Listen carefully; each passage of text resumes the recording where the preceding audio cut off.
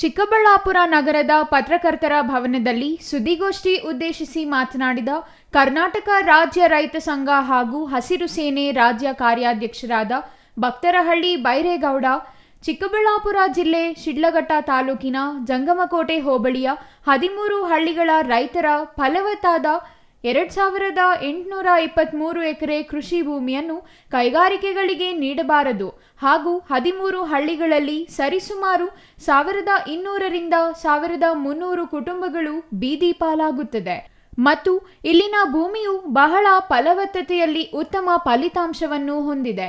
ದೇಶ ವಿದೇಶಗಳಲ್ಲಿ ಬೆಳೆಯುವಂತಹ ಹಣ್ಣು, ಹೂವು, ತರಕಾರಿ ಹಾಗೂ ರೇಷ್ಮೆ ಇನ್ನೂ ವಿಧವಾದ ಪದಾರ್ಥಗಳನ್ನು ಬೆಳೆಯುವಲ್ಲಿ ಯಶಸ್ವಿಯನ್ನು ಕಂಡಿದೆ ಹಾಗೂ ಸಾಕಷ್ಟು ಕುಟುಂಬಗಳು ಬೀದಿ ಪಾಲಾಗುವ ಪರಿಸ್ಥಿತಿ ನಿರ್ಮಾಣವಾಗುತ್ತದೆ ಮತ್ತು ಶಿಡ್ಲಘಟ್ಟ ತಾಲೂಕಿನಲ್ಲಿ 200 ಕೋಟಿ ಖರ್ಚು ಮಾಡಿ ಹೈಟೆಕ್ ರೇಷ್ಮೆ ಮಾರುಕಟ್ಟೆ ಮಾಡುತ್ತಿರುವ ಉದ್ದೇಶ ವಿಫಲವಾಗುತ್ತದೆ.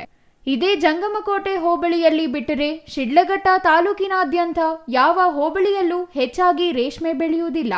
ಆದ್ದರಿಂದ 13 ಹಳ್ಳಿಗಳ 2823 ಎಕರೆ ಭೂಮಿಯನ್ನು ಕೂಡಲೇ ರಾಜ್ಯ ಸರ್ಕಾರ ವಾಪಸ್ ಪಡೆದು ಆ ಭಾಗದ ರೈತರನ್ನು ಉಳಿಸಲು ಮುಂದಾಗಬೇಕೆಂದು ಒತ್ತಾಯಿಸಿದರು. ಇದೇ ತಿಂಗಳು 21ನೇ ತಾರೀಕು ಶುಕ್ರವಾರ ಜಿಲ್ಲಾಧಿಕಾರಿಗಳ ಕಚೇರಿ ಮುಂದೆ ರೈತರು ನಿರಂತರ ಅನಿರ್ದಿಷ್ಟಾವಧಿ ಧರಣಿ ನಡೆಸಲು ತೀರ್ಮಾನಿಸಿದ್ದೇವೆ. ಸಕಾರಾತ್ಮಕವಾಗಿ ಜಿಲ್ಲಾಡಳಿತ ಮತ್ತು ರಾಜ್ಯ ಸರ್ಕಾರ ಸ್ಪಂದಿಸದಿದ್ದಲ್ಲಿ ನಮ್ಮ ಹೋರಾಟ ಮುಂದುವರಿಯುತ್ತದೆ. ಇನ್ನು 24ನೇ ತಾರೀಕು ಶಿಡ್ಲಘಟ್ಟದಲ್ಲಿ ಆಯೋಜಿಸಿರುವ ಮುಖ್ಯಮಂತ್ರಿಗಳ ಕಾರ್ಯಕ್ರಮದಲ್ಲಿ ಕಪ್ಪು ಪಟ್ಟಿ ಧರಿಸಿ ಪ್ರತಿಭಟನೆ ಎಚ್ಚರಿಕೆ ನೀಡಿದರು.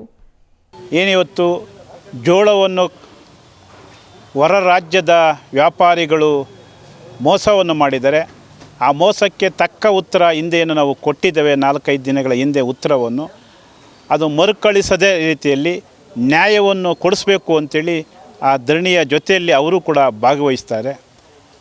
ಅದೇ ರೀತಿ ಇವತ್ತು ನಮ್ಮ ಜಿಲ್ಲೆಗೆ ಮುಖ್ಯಮಂತ್ರಿಗಳು ಬರುವುದರಿಂದ ನಮ್ಮ ಜಿಲ್ಲೆಗೆ ಏನು ತಾವು KC ವ್ಯಾಲಿ ಮತ್ತು HN ವ್ಯಾಲಿಯನ್ನು ತಾವೇನು ಕೊಟ್ಟಿದ್ದೀರಿ ನೀರಾವರಿ ವಿಚಾರದಲ್ಲಿ, ಅದೇ ರೀತಿ ಇವತ್ತು ಶುದ್ಧವಾದಂಥ ಕುಡಿಯುವ ನೀರನ್ನು ಕೂಡ ಏನಿವತ್ತು ಕೃಷ್ಣ ಮತ್ತು ಗೋದಾವರಿ ನೀರು ಏನು ಇವತ್ತು ಆಂಧ್ರ ಭಾಗಕ್ಕೆ ಬರ್ತಾ ಇದ್ದಾವೆ, ಆ ಆಂಧ್ರ ಭಾಗದ ನೀರು ಇವತ್ತು ನಮ್ಮ ಬಯಲುಸೀಮೆ ಭಾಗಕ್ಕೆ ಬೇಕು ಅಂತೇಳಿ ನಾವು ಈಗಾಗಲೇ ಅನೇಕ ಬಾರಿ ತಮಗೆ ಮನವಿಯನ್ನು ಕೂಡ ಮಾಡಿದ್ದೇವೆ. ಅದನ್ನು ತಾವು ಮಾಡಿಕೊಡ್ಬೇಕು ಅಂತೇಳಿ ಒತ್ತಾಯವನ್ನು ಕೂಡ ಈ ಸಂದರ್ಭದಲ್ಲಿ ಮಾಡ್ತೇವೆ. Thoudanahalli Ramesh, CTV news, Chikkaballapur.